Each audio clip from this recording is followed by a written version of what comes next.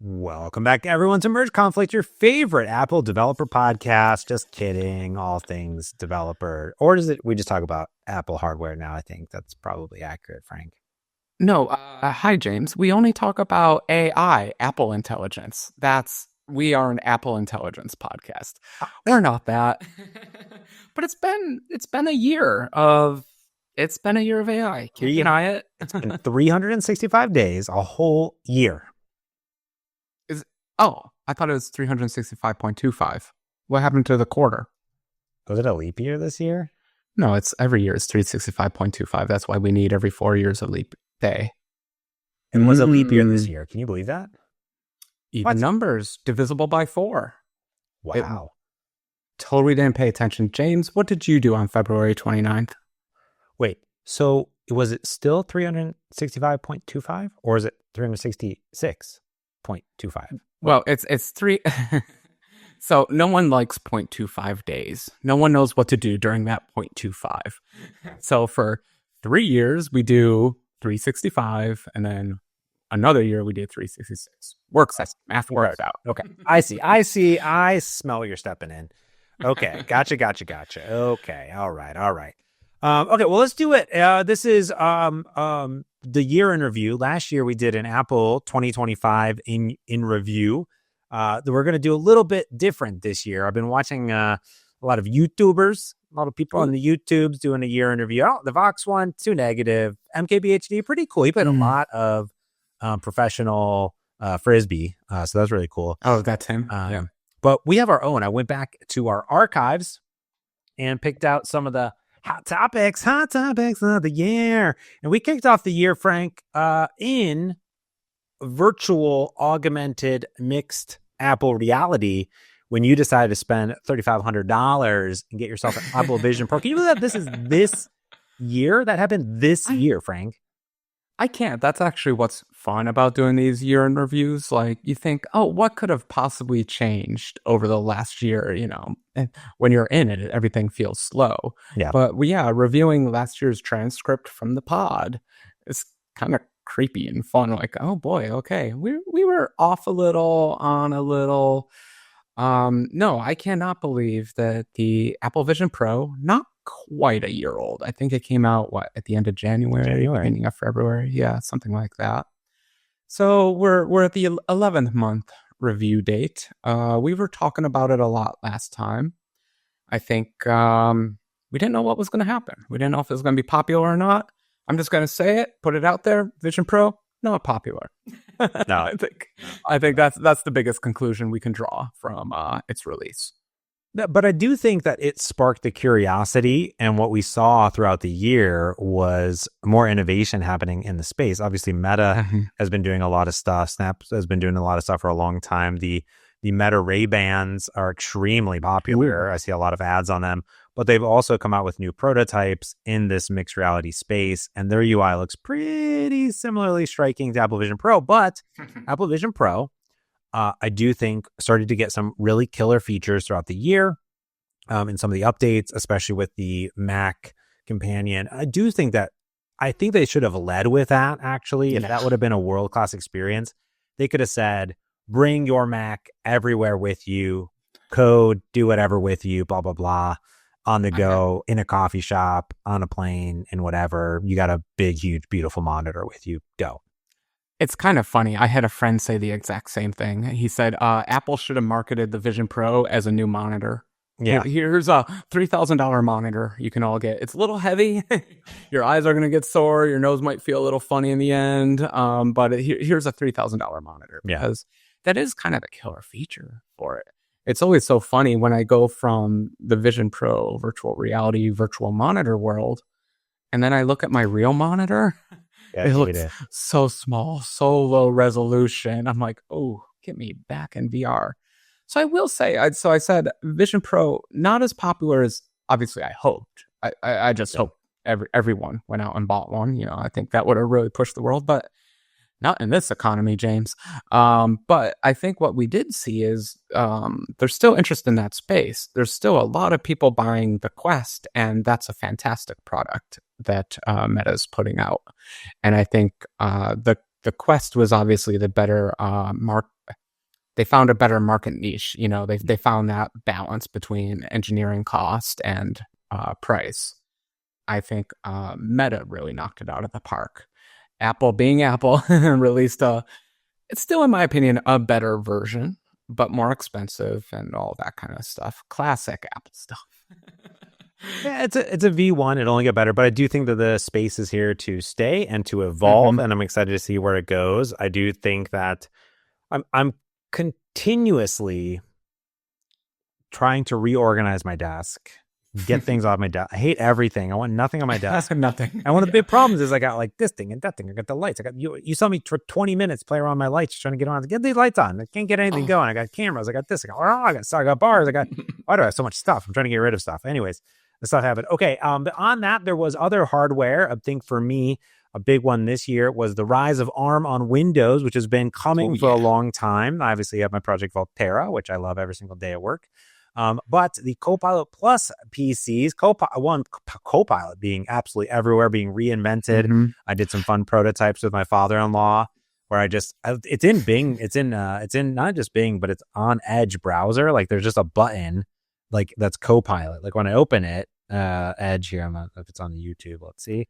And there's like literally just like a Copilot button, and you bring it up. It's just like, "Hey James, how's it going?" It's like, "Hey, like you're friendly Copilot." So that was really fun.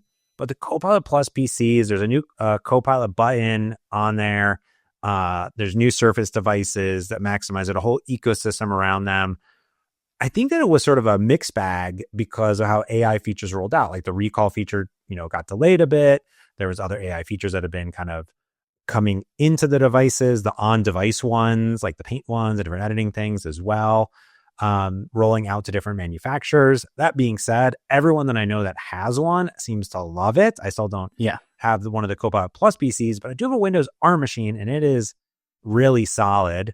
And actually, I haven't really been able to crash in a long time. I was able to crash my Mac Mini over and over again today, which was fun. Oh, good job. Great. I'll talk about that in a bit on there too. I was like, what's going on? Oh, that's fascinating. Okay, I'm going to unplug that. So anyways, Copilot Plus PCs, I think the big thing for me is ARM on Windows has gotten so good that even when I'm on my Mac, when I'm inside of VMware, when I'm doing all this stuff, it is butter and it is fantastic. These devices are smaller and more affordable. You can get great deals on these Copilot Plus PCs. I think if you got them for anyone, I think it'd be awesome. Yeah, and I still don't have a Copilot Plus, so I just have to talk from the commercials I've seen, James, because for the first time on Christmas holiday or holiday season, I got to see some Copilot Plus commercials, and that's kind of fun. I don't normally get to see commercials, and they're pushing it, and I'll be honest, you have the Apple Intelligence commercials, you have the Copilot Plus PC commercials. I think Copilot is doing a bit better than Apple Intelligence right now. So I think Microsoft's got the current advantage. We'll see if Apple can catch up with them. But those are definitely some sweet, sweet computers. James, am I the only one that feels sorry for Cortana? Like, do we, every year brings, some people died. It's always kind of sad. Quincy Jones. Sorry, Quincy Jones. But did Cortana die this year, James? I think, Cortana is always in our heart and core to the Halo series. Now, Cortana on device probably has left the building fully. I think that she walked out and she was like, cool, I'm done here. My job's done here. I'm done. My job's done here. It's evolved. Cortana's an evolving, being in general. And, Cortana evolving, I think is for net positive. That being said, I was literally just this weekend. Talking about the Mac Mini. I got one of these Xbox controllers, and as I'm holding up on the YouTube, this was really cool. It's got like a gold button. Wow! Let's see if I can do that thing where that thing where they. It doesn't look gold, but we'll call it gold. Sure. What do you think that is? It's like a bronze. Brass, bronze. Yeah, it's just because of the color, but I believe you on the see-through. What I can't believe is the clear plastic is back. What is this? The late 90s? Oh. We're back to clear plastic. I want to see the buttons click. Plug this in. I toggle this puppy to my Mac Mini. It shows up as a game controller. There's a game controller section, by the way, and the home button by default it brings up the launch pad. Why would you do that? Don't. So there's you have to stop promoting the launch pad. Apple, no one wants to be in the launch pad. No one wants to be there. Anyways, I turned that off. But anyways, yeah, just booted up the cloud gaming, Xbox Cloud Gaming, boomed Halo collection, boom, playing Halo. What's up, Cortana? She's back, baby. Anyway, so Cobalt both PCs, fantastic. All the things that are happening on Windows, I'm just so good in general. Even though we bought Mac Mini this year, I did a year interview on my channel coming out tomorrow, and there's a bit of me that is missing my Windows. So I'm getting there. Well, I imagine there's going to be some inexpensive Copilot Plus PCs coming down the line. So we'll have an opportunity to rejoin the future, merge with the future. That's what we're looking for. Yeah, just got to make sure all your data. Oh, the cool part now is all your data does sync because you got the iCloud on the Windows, you got on the Mac, you got the OneDrive everywhere. It's all good. What could be worse? Could be stuck in space. Oh, James. No, that's quite the segue. Yeah. It turns out we're doing a year in review. We have to look at some tech topics, and we have to talk space. Space is tech. It's Final Frontier. So I've heard. Nimoy said that. Someone said that. I forget who. I think Gene Roddenberry said that. Yeah, so I think there were two fun space stories I just wanted to talk about because space. Good news and bad news, James. Something got stuck in space. Oops. And something fell down from space. Oops. The Boeing one got a little bit stuck.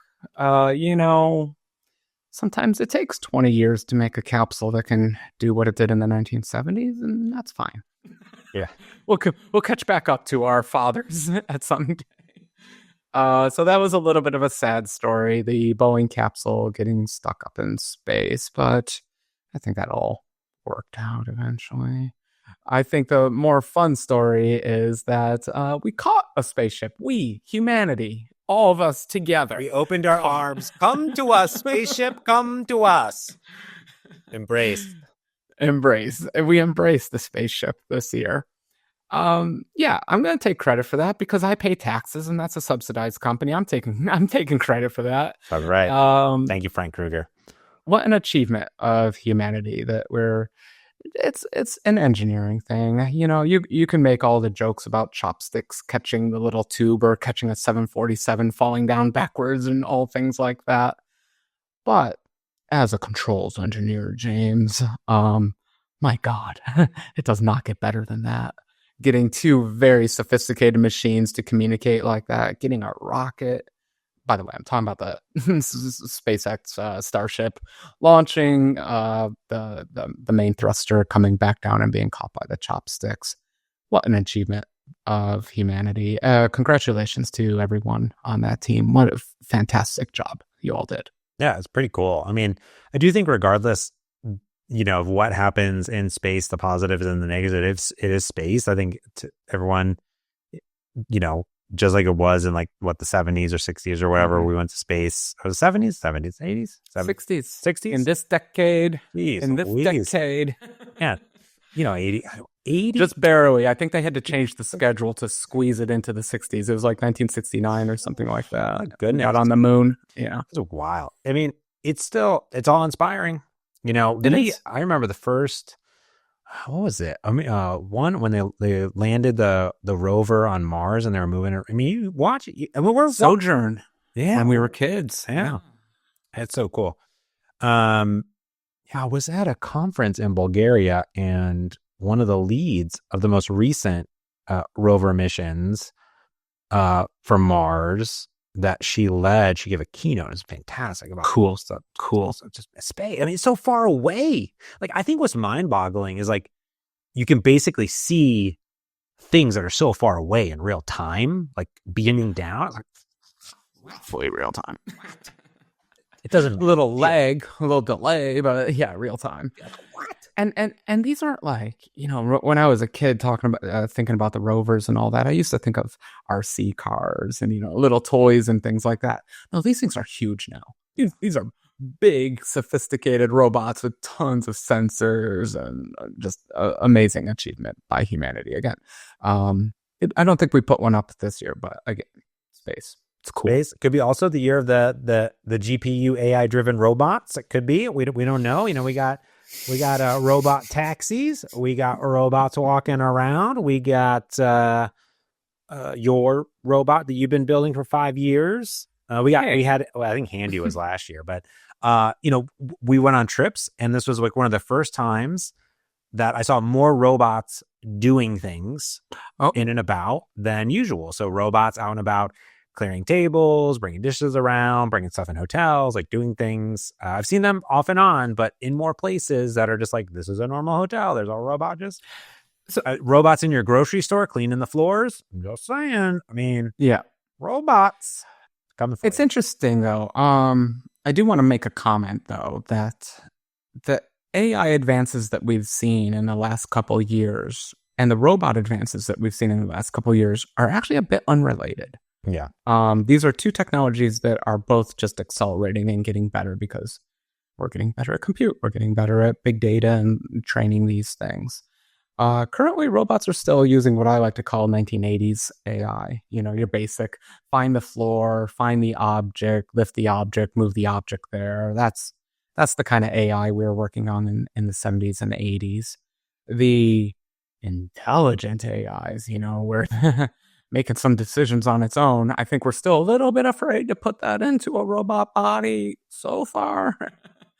But that day will come. Like you merge these two advancing technologies and it's going to be amazing. Like Boston Dynamics, the absolute leader in, China's catching up, but the leader in robotic technology uses very basic AI, nothing sophisticated. That's going to change. So when we see those two hockey stick curves merge, weird things are going to happen. And I'm hoping I'll be in a retirement home then. Yeah. It's been crazy. Like, just talking about AI and GPUs, just like the AI trend. We'll talk about more of the AI hype a little bit later and Apple Intelligence and things. But it is the year that just like kept giving. It's been years now, right? I mean, it's not the first year that this happened, but, it's the first time NVIDIA became the number one market cap company for the first time. Now Apple is back again, right? The big five, the Apple, NVIDIA, Microsoft, Google, Amazon, all in the top five there, moving around, jumping around, which is just wild. But can you imagine that? Like to borrow something from Steve Jobs, the GPU, it's a feature, not an app. Yeah. And Apple, they make this whole stack, they make the silicon up to the hardware. Microsoft these days is doing roughly the same thing. They're putting us all on the server also, but they're very diverse companies building a lot around computation. But then you have these people at NVIDIA who just make a GPU.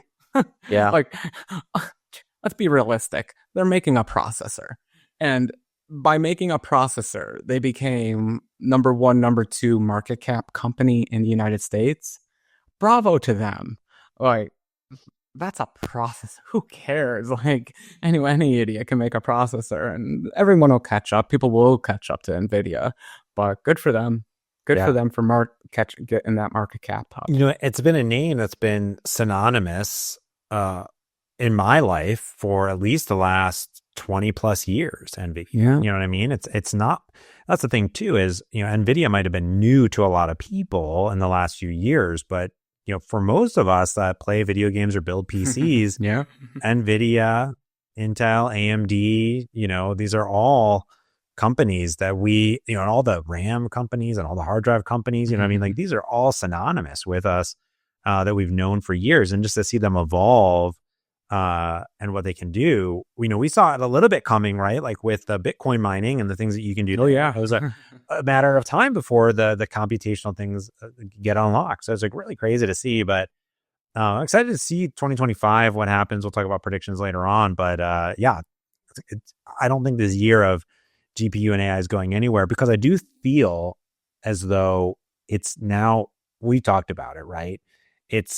We're only at the beginning, right? We're kind of like it's like the pregame, right? We're outside We're outside cooking hot dogs. The stadium hasn't even opened yet for the game.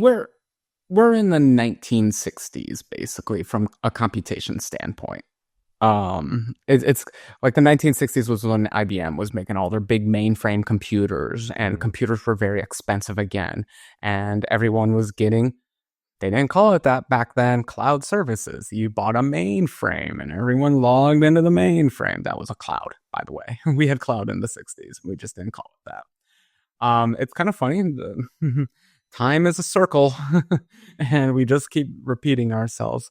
I would say that NVIDIA got that market cap because they're the first mover privilege. You know, they're first ones to get proper hardware out there, and good for them. They're going to keep doing that. But we're in the 1960s. We're in the IBM phase, sadly, of AI. I'm really looking forward to the microcomputer revolution of the 1970s and the 80s. I'm waiting for the microcomputer revolution to hit AI again. And what do I mean by that? I mean, we throw away these stupid GPUs. Why are we using GPUs for AI? That is the dumbest thing on the planet. We need specific hardware. We need TPUs, tensor processing units. That's what, and we're getting them. So Apple's got the neural engine, Microsoft's got the not neural engine, and all of those things. And those will just keep getting better and better and better until they're competitive with the IBM of the 1960s. You just start to make super, super specialized hardware. Yeah. For what you're doing, for right? Cheap. For cheap. Yeah, for cheap. Yeah, exactly. I mean, that's what, GPUs, because of how they're being used today, right? It's like, that's they'll evolve and continue, but that's what it was with gaming, right? This got better and they got more optimized for games. And then they realized, I can also do these other things on it, right? So totally true. Like, it'll be super interesting to be like, when we have not just a CPU, GPU, everyone has TPUs. So we have other things, other PUs in there, other processing units that are and all sorts of other specific things. So that'd be really fascinating. So just get better and faster and stronger. And talking about that, let's talk about the little engine that could. I think it was MKBHD said his product of the year, and I will give it product of the year, Mac Mini M4. Product of the, well, you're making me choose between my darlings. I have a Vision Pro and I have a Mac Mini, and it's hard to choose. For me, it's still the Vision. I'm sorry. I know I'm a fanboy. I get it, but I've been in VR for so long. Yeah. This is the first VR device that I've enjoyed. I've had Quests all along. I had the Rift. I had the dev kit Rift. I've had cheap ones. I've had expensive ones. This is the first one that I like. This is the first one that I feel like I can actually be productive. Like, it's not just all those things were gaming devices before. This is the first time it's not the Vision Pro. So Mac Mini, the product of the year, I'll give it second rank. Number two. Number two. Yeah, I think that I've been using it more every day, obviously. Especially during the break, doing some coding on it, doing some real app development on it, jumping between Windows and Mac on it. My desk setup looks great. I've just been every day when I'm just kind of down here, I was like, I don't have anything to put my legs up on because I'm down here. No desktop computer to kick around. Yeah. That's it. I put it in the closet today. I still need to clear it out. I need to do. Was it also a foot warmer? Would you use that NVIDIA GPU to warm your feet? It was a room warmer. So right. Some people they'll go and they'll buy like a little heater. Nope, not me. My 1,000-watt power supply and fans and everything will just warm up the whole room for us. So we're good to go. I think we've made this joke several years, but I'm just going to keep making it again. I don't even have a heater in my office because if it's a little cold, I just start training a neural network and that room heats right on up. No big deal. Well, let's talk about it. Let's talk about the AI hype and some Apple Intelligence before we get into the .NET stuff. And then I'll get to some Apple predictions. But James, the AI hype is out of control. I'm just going to say it. I am so waiting for this bubbles to burst. Can we please get past this stage of AI? I'm already over it. So I'm excited. Year of AI, all that stuff. I think we said that last year though. So it's a couple years of AI. I'm so tired of the bubble. The AGI stuff, especially. Anyone who says we are anywhere near artificial general intelligence has a really weird definition of intelligence because they're not there. These are fun little chat bots. They can teach you something. They can help us code. They can help us cook things. I still get all my recipes from AI now. But if you ask it to, book you some tickets and call your mom and, find a good gift appropriate for your ex-girlfriend from 20 years ago, it's not going to do a good job. And you know what? A human could do a good job at all that because they are generally intelligent. So the AI hype bubble is honestly annoying me right now, especially coming out of Silicon Valley, especially all the claims to AGI. It drives me nuts. I can't stand that garbage. But AI is improving, but I hope this bubble bursts. And I hate to say that because, it's a tech company. We all overdo it, and then we do a reset, and then we overdo it again, and then we do a reset. This is the bubble bursting. This is the cycle tech goes through. AI has gone through it in the 60s, 70s. It went through it again in the 80s, 90s. We're doing it again in the 2020s. It'll burst and it'll diffuse. All software will get elements of it. We'll all mature as human beings. We won't create these bubbles. We'll allow the next generation to create the bubbles. But I'm ready for the AI hype bubble to die off. But I still excellent technology. It's here to stay. But my goodness, please, Silicon Valley, just shut up about AGI. Yeah, we're not there. I think for me, we talked about it a few pods ago, but yeah, for me, I've just been trying to incorporate it more into what I do on a daily basis, whether it be coding. We used it tonight. We'll talk about in our AI recap little part here that we did. Just where I see things, I'm just trying to use it a little bit more instead of typing, talking more. Yeah, that's kind of been my jam. Highlighting text, doing stuff of big documents, just trying to use it mostly for productivity features, right? I think that's a great part where we're at. I think that stuff has really evolved. Like a lot of the Copilot stuff in Visual Studio Code, for example, and now there's tons of AI infused code editors and IDEs out there, right? So we talk about VS Code a lot. Obviously, I work at Microsoft, so obviously biased towards our products. But Copilot, free came out this year. Funny, right? Yeah. But there's so many extensions. I think the thing that you're kind of talking about is like the agent thing that people have been talking about is like kind of like where things can kind of do stuff and confirm stuff. Is I kind of do want that. Like imagine a world where we record in Zencaster, and if Zencaster was on this AI train, if you're listening Zencaster, imagine a world where I could connect this to Fireside, or I could connect it to something that's like, hey, after this is done, process the video, create the transcript, create a title, create a description, upload it to YouTube, confirm with me, then upload it to you. If I've connected the things, it's mostly automation, to be honest with you. Sure. But there's magic AI. Yeah, but there's magic AI bits in there, which is like doing the transcript, getting the transcript summary, like giving me options, like coming up with things that are intelligent, right?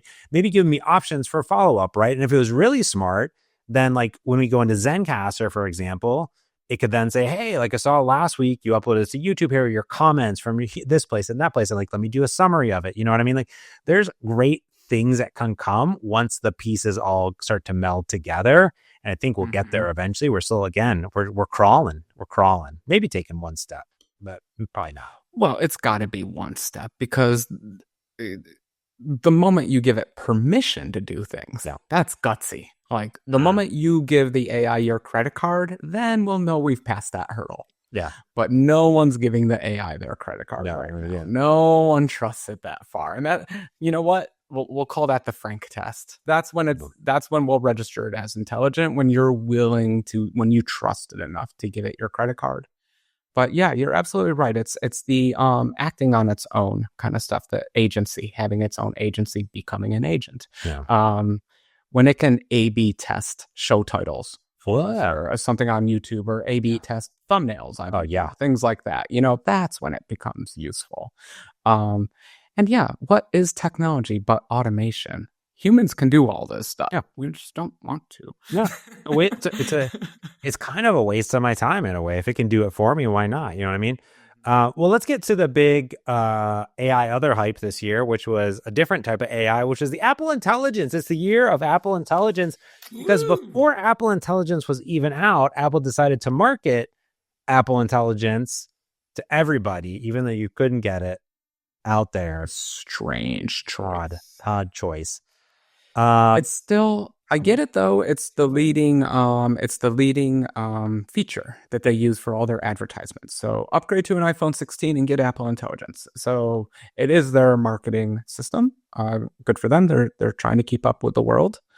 My personal opinion is it's not there yet. We still have a ways to go on Apple Intelligence until it's even caught up with the other ones. So I don't think 2024 was the year of Apple Intelligence, but 2025 could be, but maybe more like 2026. Yeah, I think they got a ways to go. Being now more full-time on a Mac, I will definitely say the product suite of where Apple Intelligence even shows up is extremely lackluster. It's image, and then I tried Image Playground. Have you tried this? Yes, to a degree. I've used a few. Apple also has a diffusers app and things like that you can play around with. Not there. Yeah. Apple Intelligence, like the Image Playground is like, cool, let me set it up for you. And then like has to download a model. I get it. It's got to download a model. Mm-hmm. It's good. It does it. I like that. It does. I do like that. That's great. It can update the model. It can do a bunch of stuff on device. And it's like, oh, cool. Mm-hmm. And then I'm like, let me get a cattle dog that's like celebrating the holidays by a fireplace. And it's like, nope. And it's like, it's literally like the worst AI image generator. I gave it a photo of me, like generate a photo of this person, blah, blah, blah. This stuff. And it was like someone that didn't look anything at all like me in the photo. I was like, what is happening in this thing? And there's like, it gives you options like, oh, add like a disco theme and just put like a disco ball like on the side. I'm like, what are you doing? Stop it. Like who released the software? Stop it. Bad. But I am more excited because, I did log in to ChatGPT in my Apple Intelligence, the Siri thing. I haven't used it yet, but I did sign in. So that's a thing. Oh, I think I signed in with Apple. So maybe that is the account. I have 18 ChatGPT accounts now, by the way. Oh, I know, right? I don't know which button. It's usually the Apple button, but I was like, did I sign up before I did my Apple button or not in the Apple button? I don't know. I was like, oh, come on. But yeah, I agree. Apple Intelligence, you got a ways to go. In fact, I'll tell you this much. iOS, macOS, let's work on some polish, Apple. Let's polish these puppies. Mm-hmm. iOS 19, Mac, whatever version we're on, year of polish. All we need is polish. Stop doing other stuff. Year of polish. Stop rearranging the Photos app. No one likes it. Yeah. Stop changing stuff. Year of polish. That's all you need to do. Like, I still get on my phone, like, how it changes colors throughout the day and it goes in the dark mode. I still get icons that like change and then don't change. You open them and they don't. Like, what is happening with this operating system? It's every operating system has its quirks. And I know Apple is doing new things, getting it done. Polish. Let's just polish this puppy. Anything special, year of polish. That's all, and honestly, that will be okay because our good friends over on the .NET Maui team have spent a few years on polish. .NET 9 and .NET Maui came out this year. New versions. .NET Aspire launched this year. It's the year of .NET and .NET Aspire, and for me, .NET Maui stuff. And it was really cool. Actually, I was on LinkedIn earlier today. Well, this is the year that I also quit most social media. But there was like this meme account that was posting like all these negative things about .NET Maui. Like, oh, .NET Maui and this and like this thing and this. And then like the comment feed of telling this account like how wrong they were and like how people change over and like how much better .NET 8 got, .NET 9, like performance. And people are like, show us the numbers. You just can't say words without backing it and just like throwing shade, And I was like, all right, yeah, that's, because the Maui team, like, for .NET 8 and then .NET 9, they did add some new features in .NET 9, but like, that's what they've been focused on is like making it super polished and quality and that like, hey, great, awesome. Let's do that. You know what I mean? And it's been cool. All the Sync Fusion stuff. There's the new controls been added in there, and that's cool. Whole ecosystem's evolving. I'm just super jazzed about what's happening, and obviously with .NET 9 and just the performance stuff, I've been upgrading everything and doing new functions in 9, new .NET Aspire on everything and my functions and all that other stuff. I've been loving it. You know what I mean? I know not everyone goes year to year every single version, but you mix around and do a bunch of stuff, and I'm having fun, man. I'm having fun with the new stuff. Well, yeah, and you know me, I hate keeping up with versions, but it's so much easier now with .NET. I feel like .NET is in such a good place right now. Yeah. It's aside from the Android parts, very easy to install and get all set up and working. Yeah. Yeah. James, let's reveal a little bit about ourselves here. Are you 100% converted on every app you've ever written over to Maui? I'm still not at 100%, but I'm almost there. I'm so close. 2025 is going to be the year that I throw away all my old Xamarin stuff. I swear to it. But I'm still not quite there. No, I got So my apps I have 3 apps. I have my Stream Timer, my Cadence, and my skiing app that we have. Those are the 3 official productized James apps in the store. My Stream Timer, no, not at all. I got not at all. And now that one specifically, I don't even think I can build anymore, because like it was using the Mac preview of Xamarin Forms that you could only build from like 3 years ago in Visual Studio for Mac. It's like impossible, like no possible way I could get that puppy building at all.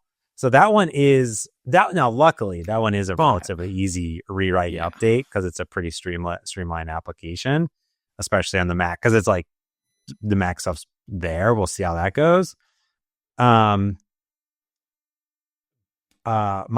Cadence and the skiing app both have a branch. The My Cadence one is like basically done. We all have branches, James. We have branches. We don't talk about the branches. And migrated to .NET 9. The branches are chilling there, just going through testing and tweaks and other things like that. And it's more of a process of not just like converting, but I want to update other stuff. I will say I did spend my holiday hacking on my skiing app update. Oh, good. Fun. In Xamarin Forms. I added a bunch of, time was of the essence, Frank. I added a bunch of new, because my Apple certificates were expiring on January 7th. Right. I needed to get updates out. So, okay, it's 2 things that's really funny about that is that I not only added a bunch of new features in Xamarin Forms, I new map stuff, fixed a bunch of bug fixes and a bunch of other stuff, feedback, which is really, really cool to get updates out. And I only have people only use this app. So people only use this app. I looked at all the stats. December, January, February, and that's it. Sometimes March if we're lucky we got snow. Which means that I have from March to next December to get everything done, update, good to go. If that should even needs to be updated, by the way. If it doesn't, I'm not going to touch it, but I'm going to have it ready. That being said, I was able to build and ship new updates with App Center, which, oh my God. The old technology podcast. Which all the new Xamarin, all the latest Xamarin, I upgraded all to the final bits and pieces. And the latest building on Xcode 15.1 and Android, whatever the latest version is. Now, when you put it in there, a bunch of stuff's broken. I had to write a bunch of bash scripts and do a bunch of other stuff. It's all building. It's all working. It's shipping in there. I submitted yesterday the app for review for Apple. It's all there. Test flight is always all there. If it ain't broke, just keep shipping. Because I opened, I was like, man, when does App Center finally deprecate 100%? And then I opened, it's like, oh, March 30th. I was like, I got time. They just keep pushing it. Just keep pushing it, Microsoft. Lie. I know it's bad, but the time is near, because the Android stuff and the Xcode requirements are going to rev pretty soon. So it will happen. But I'm ready. I'm ready. It's all happening. Like you, I have pretty much working versions of all my apps in Maui in a branch. I haven't shipped all my .NET 9 versions yet. That's kind of my and let's check back next New Year. My New Year's resolution this year is just to get rid of all the Xamarin stuff. Yeah. It's too long in the tooth at this point. It's honestly annoying to work with. So I was coding in Visual Studio Code on a Mac, which is just C# and like none of the C# dev kits, and nothing builds, right? You can't build it there. Yeah. But I'm coding And what I'm doing is I'm checking in, and then I'm just like kicking off the test flight. Hey, isn't CI great? That's the point of CI. Like, who cares? Or what if I'm doing is like I'll be on the couch coding, hanging out with the family on the Mac Pro or MacBook Air, and then I'll go to my Mac Mini, boot up VMware, plug in my Android device, and then test it from there, because it all works in Visual Studio on Windows still. So that's been my setup, is like going back and forth. So it's all happening. I'm ready. They're all on .NET 9, so it's all good. I'll just reiterate. Yeah, .NET 9 is a fantastic product, and I think .NET's in a really good shape right now. So it's just old people like us need to catch up. I've created a bunch of new apps and new things in .NET Alley, you know what I mean? So I was like, All right, here we go. Let's do this. We got a few 10 minutes left. Let's do a few minutes here. Let's do let's do a prediction recap from last year, a whole year ago. And we did a podcast on January 1st, which was like Apple predictions, our Apple predictions for 2024. Let's see if we got them right. We asked ChatGPT to take our transcript that was generated by AI. That in here. It's just robots talking to robots, James. That's all you need. And then I shared that with you so you can open it. So top 5 predictions that we had from the transcript that we uploaded. Number 1 was around Apple Vision Pro success. ChatGPT says that we said the rollout of Apple Vision Pro is anticipated by us to have mixed success. The hosts predict, that's us, it will struggle initially with a limited release of about 500,000 units and challenges in finding a killer app to drive adoption. However, they also see potential in long-term growth as the product evolves and the market adapts. Nailed it. Nailed it. I think most people were predicting that also, so I don't want to give us too much credit. It's a new product. But yeah, that's basically how it went. Yeah. What's the next one? AI integration into hardware. Apple is likely to continue leveraging its M series of chips to dominate AI on device. Are we right? That was our prediction. The M series is going to dominate. I think we've already proven ourselves wrong by talking about NVIDIA having market cap. Yeah. But we did mention the unified memory in the chips. That is more true today than it's ever been. You complaining about the image quality of the Apple Intelligence. The cool thing about Apple Intelligence is it's running on your own hardware. Yeah. But because it's running on your own hardware, it's limited in size. They made it using honestly small. I gotta pay for that. I gotta pay for the energy use of my Mac Mini. Come on now. You do, James. But it's because of the beautiful unified memory. I think I already said it earlier in this episode. I'm sticking with it. This is the progression. TPUs on processors, on machines. I'm sorry, cloud providers. You'll find other ways to make your money. I believe AI is going to be using a lot of personal data. I'm not always comfortable uploading all that kind of data. I do believe that AI on chip is still the way to go. It's still my preferred way to go. We're not there yet. We're not. You gave your review. Apple Intelligence, not pretty pictures yet. Give it some time. No.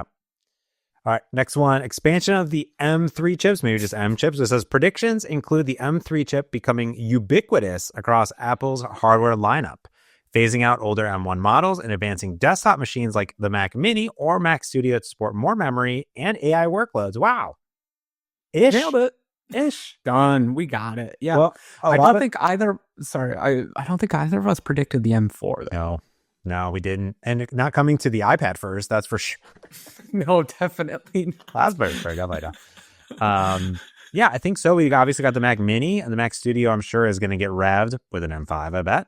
That'll be my prediction. But yeah, like you said, more memory and AI workloads. I mean, I think that part of the more memory, that again, the hardware of the year that MKBHD said specifically was the Mac Mini M4 base model, the $599 base model that everyone is just loving.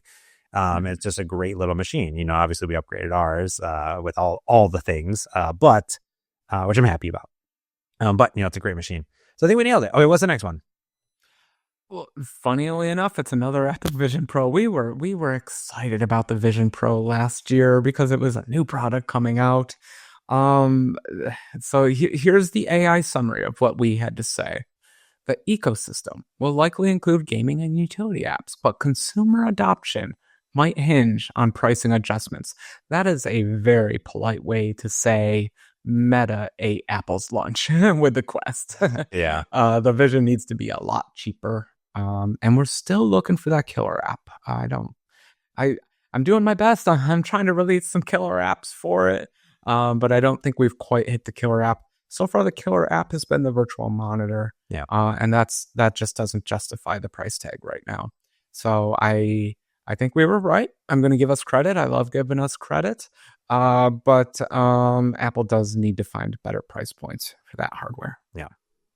All right, last one, improved AI user experience. A significant leap in AI integration is expected, where AI systems will not only execute commands, but also guide users to better prompts and solutions. So make AI more intuitive and transformative, making a shift from its current exploratory phase to practical daily applications. A little bit? No. For me at work, I would say me at work more, me on my personal machine outside of VS Code.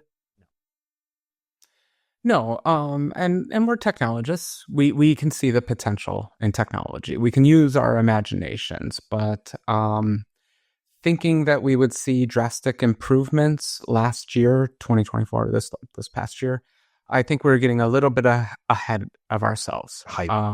Yeah, we just got a new, the new large language models, the LLMs. They are a revolution in the technology. What we always forget is it takes about 5 years to sit on that revolution and to truly absorb that revolution before new ideas come out and better ideas come out. Lots of people are working on that next step, but we're not there. Everything is still a chat interface. It's still just type, type, type, type, type, type. It's so much typing to these stupid AIs. I'm over that. So I think the AI user interface still has a very long road ahead. Yeah. And I think we got a little bit ahead of ourselves thinking that we would even be working on those problems. No one's even working on those problems right now. Everyone's still putting a chat box in their apps. After we have 5 years of every app having a chat box in it, maybe then we'll start to see some UI improvements. But I think I'm going to say we did not do a good job there. I think we got a little overhypey last year. I'd agree with that. Let's roll into our 2025 predictions. We've talked a lot through them already a little bit, but what you got for me, Frank? Give me your top few off the top of your mind. Could be anything. It doesn't have to be Apple. Could be a little bit of this, a little bit of that. What you got for me? The Quest is going to keep doing well. I keep hearing the Christmas season has gone by, and kids want the Quest, So I think the virtual reality, it's still going to happen. It's AI and VR. That's what we're working with, which is a good thing. I think that we are going to keep pushing on VR. I think we have generations of gamers now who grow up wanting better and better experiences, and the hardware is catching up to them. So I do hope that this will be the year of, the Quest 6, whatever it takes to keep advancing that market. I hope that Mark Zuckerberg keeps throwing money into the fire and keeps working on those products because I think that there's a lot of potential there. I really do. And I'm not just saying that because I want to keep writing VR apps, which I do, but I just see potential. All I see is potential. Yeah. That's my first one. I have others. No, I think for me, we kind of talked about it earlier. I do think that this will probably be the year on both Windows, Mac, iOS, Android. I think it's going to be a calmer year. This is my prediction. It's going to be a calmer year. I do think it'll be focused in on less changes and more about the integrations and more smoothing things out. So for example, the passwords app could work better, right? This iPhone screen mirroring app could work better. The settings could be better. Like the deeper integration could be better. Like I think now if the Mac Mini with all the hype that's around it, maybe Apple in the next whatever park they go to for it, again, usually the Mac does move a little bit slower. ideally we can see some just better integrations, more Windows management, things that we're just really enjoying. It seems like a lot of things on Mac are turned off by default. Like, let's make it actually a machine that an operating system that is a little bit more usable in some odd ways. I don't want to say it, but like there's some things, for example, right? Like there's things you just got to go turn on. I've been watching a lot of videos of like, hey, I just got a new Mac. Here's like how I set up my Mac. Like, did you know in Finder, you can go like turn on a bunch of settings that like show you how many items are in this folder, how much memory you have left. Like when you select items, like how much are in them. Like you can have a bottom bar that like shows you like the breadcrumbs of where you're at. Like you can change the locations on the side. You can like drag and drop pin stuff. You can like change the little bars. You can add, airdrop here. You can do all these like little things. You know what I mean? That's like, yeah. Why isn't that just on? Like, did you know that you can actually, did you know that if you hover over a green button on your Mac, it'll show you size and move or fill and arrange. But if you hold down the option key, it actually gives you a whole bunch of more options. Like, what? Why is this so hidden? And there's also like a move to iPad. That's also weird. But it's like, there's all these like, really, what is happening? You know what I mean? It's like, make this stuff smooth, and Windows 11, when they did a lot of new windowing stuff and all this other stuff, man, it just comes so long. And I think Windows will continue to evolve. And it's just so good with Windows management. It's like, let's just do Windows management better on a Mac. Where it's all it really needs. I was like, just evolve that thing to be like, yeah, that's what we do. We move files around. Like, that's what we do. That's all we do. we have windows open and tabs open. Like, make that good. It's better. I am glad that like it's better, but like I got 18 widget things I need to do stuff. So my thinking for prediction of this year is some more improvements, subtle improvements, less we've reinvented everything, the whole UI, we're going to change and this and that. Like, just make what you got better. I think that's the year. This is the year to do it, 2025. This is the year? I think this is the year. Let's try not to get crazy with it. Because like you said, once we have these AI features, they need to be better. People need to sit on them. They need to figure out how to use them, right? Right now, they need to be integrated deeper. And I obviously work at Microsoft, but I do personally believe that Microsoft has done such a better job of integrating Copilot throughout the entire operating system and the productivity suite that's there in many, many places. I mean, here, just on my Mac machine, I see more Copilot buttons than I do Apple Intelligent buttons. Just like, yeah. I'll throw out there as a pro tip, if you are new to a Mac, that option key is important. You'd be surprised how many menus light up. If you think you know your menu bar, press the option button, then go to your menu bar. Everything changes in some apps. It's kind of amazing what features are tucked away. What? Why? This is a classic Apple thing. The menus actually change when you press the option button. Yeah. Wow, this is cool. Pro tip. If you select, this is crazy. I'm in Downloads. I'm in Finder. You go to File, and then there's a Move to Trash, but you hold on Option, Delete immediately. What? Yep. Wild. Everywhere throughout the OS. Just if you're in a new app, try that option button. See what it does. That's crazy. That was really wild. Okay. For my next prediction, because I believe a tornado is trying to get me. All right. I want to say hands-free driving is coming a long way. I think we are still far away, and mostly from a legal, regulatory perspective, from fully autonomous cars. What we all want is the Batman car. You press a button on your key fob, the car comes to you and takes you to the Grand Canyon.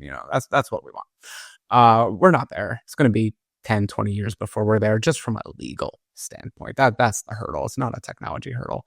But I will say we have gotten over a lot of technology hurdles. So just a couple of years ago, there was 1 or 2 hands-free driving, and it's mostly Tesla. Tesla was the only one properly working on hands-free driving. We have really good lane keep assist and all that kind of stuff on automobiles, but proper hands-free, there are very few companies actually achieving it. GM got into the mix. I see Ford finally grew up and started working on their own version of it. And then you have all the competition from China. All the Chinese manufacturers have really good hands-free driving coming out. And I think 2025 is going to be the year when it's not going to be a standard feature. These car companies got to milk us for everything we're worth, but it's getting close to a standard feature. And the way that lane keep assist and that kind of stuff became standard features, I really think, just from a safety perspective, it's smart to have hands-free ability on all these cars. So I'm excited. If you don't know my history, I came up through the auto industry. And so I always keep an eye over there. That I always like to watch that technology. And that's the biggest revolution I'm seeing right now. It's making some people nervous. Everyone's more or less comfortable, depending on your attitudes, about a 60-mile-an-hour 2-ton hunk of metal driving you down the road, and whether you feel safe with that or not. That's up to you and the lawyers, I guess. But I think 2025 is when we're going to start seeing more and more car manufacturers actually releasing it as an option, a proper hands-free, not just lane keep assist. Yeah, I feel like it's also going to be like the year of Waymo. They've been really rolling out a lot of new cities, and they have a new business model, and they're sort of like crushing that. So it's going to be really interesting. I don't know what Tesla's going to do, but we've seen glimpses there. But yeah, I do think like Waymo is, just trying to normalize it a lot more in more places. And once they get more and more of these vehicles on the roads, the studies that they can do, the early results coming back just for like, accidents versus actual people driver is like pretty impressive so far. So we'll see if it keeps going. So I think so. I think that'd be cool.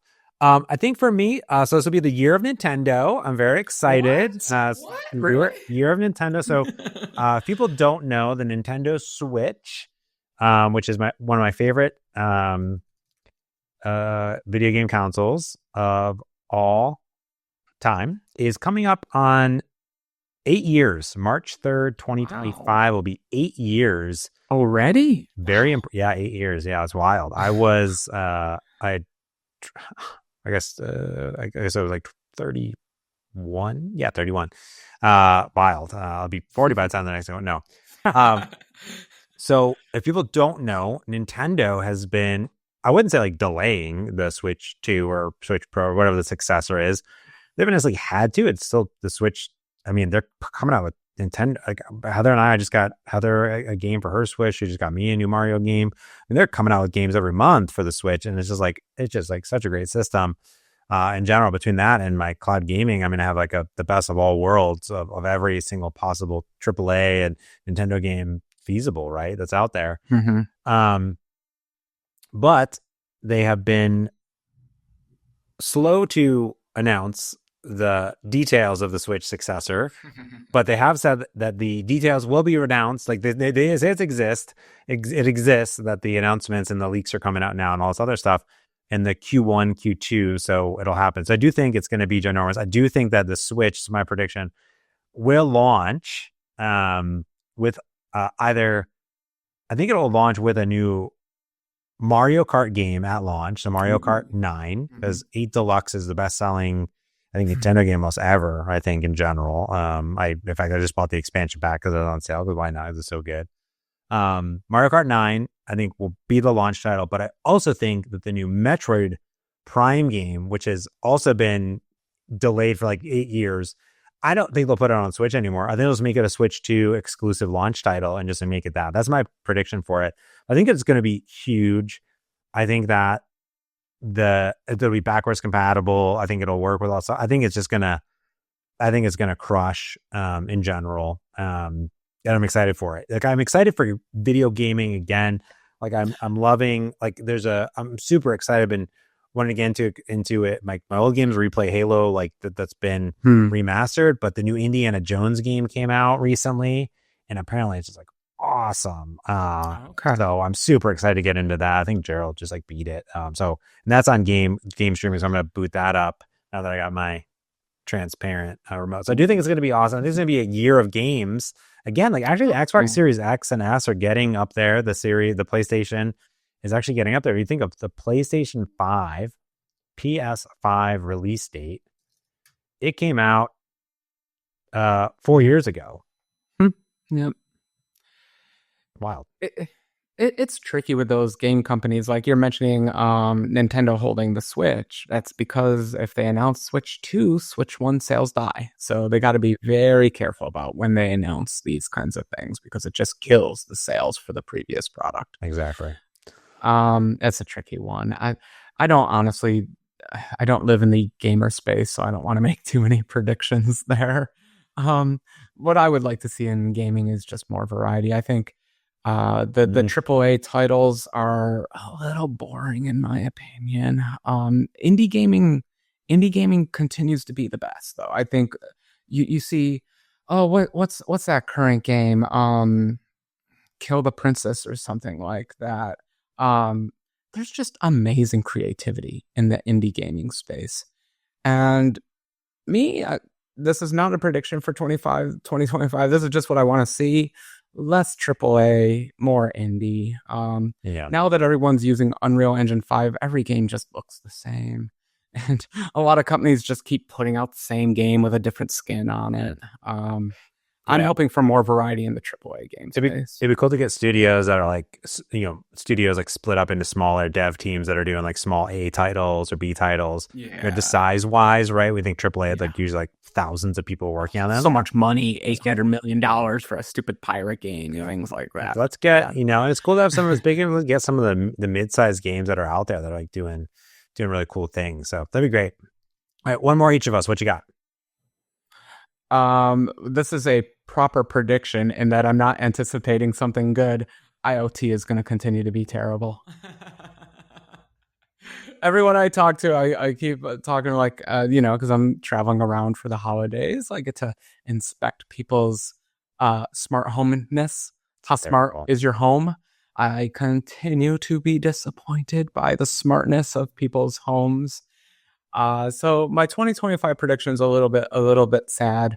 I don't see us progressing too far in that space, but I desperately want to see us progressing in that space. And I just wanted to say, I think the products we're getting are getting better. We're putting smart chips in smaller and smaller devices, and they're getting a slightly better integrated. My Echo Dingus can do a little bit more, but every device I buy, I still have to create an account, download an app, register the account, integrate it with the Echo Dingus. HomeKit's got its own issues. Google's got its own issues.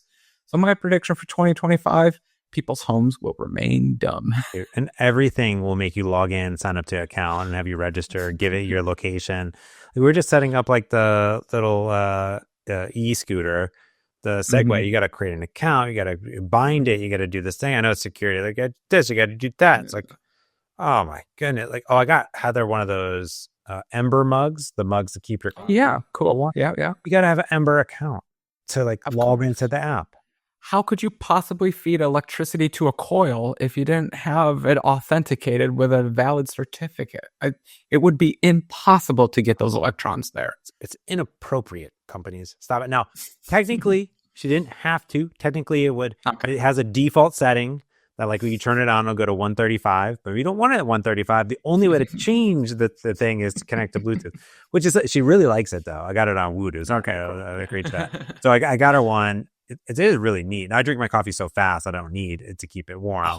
So it's good. But for Heather, she's a slow sipper. So it's like perfect for her. I will say this. I have been, our listeners and viewers told us about Home Assistant like a year and a half ago. And they're doing big things. They've revamped their website many, many times. They've made it much more pro. They have a Home Assistant Voice edition coming out. It's a preview edition. They have the Home Assistant Green. I think that there's some things happening there. I've seen a lot more videos. Good. I would like to see that evolve into more ubiquitous, you own your IoT-ness, because I've enjoyed the Zigbee integrations that I have, but even the Zigbee stuff that I have with Sinope, which I love, has to call home, right? It's not running local. Even though it's Zigbee, it's all there. It's not in there. They might have an integration now with Home Assistant, which would be cool. But again, I love the idea of it being in there. So I would love to see a Home Assistant go forward. But I agree with you. I think just IoT is a disaster. Matter, this and that. There's some new things. Louise, HomeKit. Like, what are you doing? Like, they're trying. No one's going to figure out anything. Like, it's too complicated. We gotta. Sorry, I have a master's degree in electrical engineering. I have a brother-in-law, very brilliant with technology, and he and I were trying to get a Sony soundbar working with the Sony TV, and we failed, James. So you know what? Plug a cable Consumer into the tech. cable. Oh, I wish. Maybe digital was the wrong way to go. Maybe we should all go back to analog. Dude, but my TV that I have here, I have this plasma that I got when I first moved to Seattle in 2011. So that TV is over 13 years old, and I fixed it twice. I opened it up. I changed. Nice. I talked about it. I changed ribbon cables and circuit boards on it, and that puppy works. It's still it does. I'm fused again. But I'll tell you this much. Like, I've seen these new TVs. They're like glued together. They're super crazy cheap now. Like, you get like an 85-inch TV for like 10 cents. I was like, here, just give them away. There you go. If you can fit it in your car, you can have it. But they got, when you go to Airbnbs, they got crap on it. All this crap and ads. Like, what are you doing? Here's what I want to do. I want to take an HDMI cable, I want to shove it in there, and I want an audio cable, and I shove it in there, and then it works, and boom, that's all I want, right? That's how I have a Yamaha cable, and the cable that goes into it. I don't HDMI ARC. Nope. No. Nope. I am just optical cable into the TV, into here, and it works. So send my audio through light, baby. Yeah. I don't want to sound like a Luddite, but I am literally getting a video player from the 1980s and maybe even the 1970s. And I am so excited because it is an analog video signal out, analog audio out. I'm going to pipe that through a 1980s receiver into a 1980s boombox, and it's going to be amazing. And you know what it's going to do? It's going to work instantaneously without any configuration.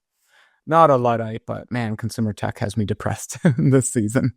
Dude, it is all over the place. That is for sure. Yeah, I think for me, this year upcoming, what was the last one I think I had on top of my mind? It's that e-bike. You're finally going to get an e-bike, right? No more pedaling. You're over pedaling. No, I will always be a peddler. I just got a brand new bike back here as a state bike. I got another fixie over there on Black Friday. That one's excited for that. I think for me, I do think that there's sort of this resurgence, and we're starting to see the trickle of it. Maybe 2025 will be the year talking about IoT, but there's two parts of it. One, owning more of your data or having more local data. Like maybe it's the NAS, maybe it's the home server, maybe, I don't know, some product category there. Cause I just reset up my NAS, my Ready NAS, and really enjoying it. Got Plex on it. It's really cool. There's like some lot of cool happening there, but could be the year. I don't think that this year was the year, but I think I'm starting to see the trends of right to repair. And I want 2025 to be the right to the repair year. This is a bipartisan, this is a consumer right. Yeah. We should be able to open up our devices, buy parts, fix our things, all this stuff, right? I should need someone to come to my house to open up my washing machine. I should be able to do. Now, if I mess it up, I mess it up, right? But I should be able to mess it up. I bought it. I feel like I'm renting these devices from somebody. You know what I mean? I think legally you are. I think so. And I want quality again. I want high quality products. The reason I think I really like this Mac Mini is it feels and it looks like a high quality product. In fact, you can even open it up. You can do quite a bit of stuff to it. Even the new iPhone, you can do more stuff. I'd say it's getting better. There's a lot of new stuff in the new iPhone, iOS 18, that you can actually replace certain parts. They're getting a lot better. I watched a whole video on it, which is really cool. I wanted to go further. You know what I mean? Like, I think we took for granted what we had the ability to open up and tinker around with. I mean, remember our old NESs and N64. I mean, I used to open my NESs and replace the cartridge trays on it and get it so the connectors would go again. You can't do that. You can't do that now. I mean, everything is so evolved. I get it, but I don't know, let me open it up and put a different hard drive in. Let me do a thing. Sell me the thing. Let me do the thing. I see all this. I see all my gadgets and gizmos from the last decade that I can't do any of that stuff with. So it slowly dies a death. Yeah. I mean, you build a custom PC, that is the ultimate right to repair because you built the freaking thing. You know what I mean? And you can continuously upgrade and keep it going for longer. I want stuff to last. It's not going to happen. We No. love cheap stuff. There's a place for cheap stuff, but I'll tell you, there's something out there. Something's missing, and I want this year to be the turnaround year. It's not going to happen, but like I want it to be. I like that prediction a lot because at least there's a movement. You know, there's almost a consensus online. When you say right to repair, it's hard to find someone. Me being a devil's advocate, I probably could make an argument, but it's hard to find someone who doesn't want right to repair because it's just better for everyone. Yeah. You can, I know all the hardware engineers can list out the million reasons why things aren't repairable and why every time you open something, you have to cut through a warranty sticker. I get it. And, you know, I'm cleaning out my mother's house right now, and there's a bunch of gadgets I'm finding. And she asked me, well, can we fix it? Can we update it or something like that? I'm like, nope. We throw it in the, we take it to a recycling place and we get it recycled. Even Apple's trade-in. We found a couple computers from 2013. Apple says, this is a great time to recycle that Mac. Well, I told you I took my MacBook Pro 2013 and I took it into the Apple store in Bellevue, and I said, I would like for you I would like to give this to you. I would like for you to recycle it and make it to environment. Yeah. And then they said, oh, do you want to keep any of the stickers on it? I said, no, you can recycle those too. And then they should have given you a sticker. Yeah, thumbs up, I saved the environment. They did. You know what they gave me? They said, thank you for your recycling donation. So that was it. They didn't give me anything. I didn't get anything. But I donated. I've sent in phones. I've done everything. Good. Yeah. I would love for it to be easier to do this stuff. I also watched a video about recycling, gadgets and gizmos, and all the different ways of doing it. Second use of stuff as well. You know, that's a big thing I've been thinking about is monitors, right? Selling more stuff on eBay, Craigslist, giving it back, buying stuff. Yes, like, absolutely. you know, if I did want, let's say I want a new studio display. I'm trying to have people talk me out of it. Why buy a new one? If someone's going to get rid of it and I could save $500, give it a second life, that's better, right? And just being cool with it. I can't do it for everything, obviously, but I want to get more on that mindset. You know, the 2024 goal of mine was to buy a lot less on Amazon. I think I did accomplish that. And the goal going forward is to buy even less on Amazon. You know what I mean? Buy used. Buy used stuff. Heather uses this great company. It was for like women's clothing. And there's any men's clothing. It was called ThredUp. There's a few of these online ones. But basically, you can send them a bunch of stuff and then they'll recycle stuff or donate stuff, or they will sell stuff that's like reusable, right? And then you can buy all this secondhand stuff. And actually, some of it's in really good condition. Some of it's like, it's hard for them to process so many garments. But Heather got something and she's not sure if she stained it or if it was stained already.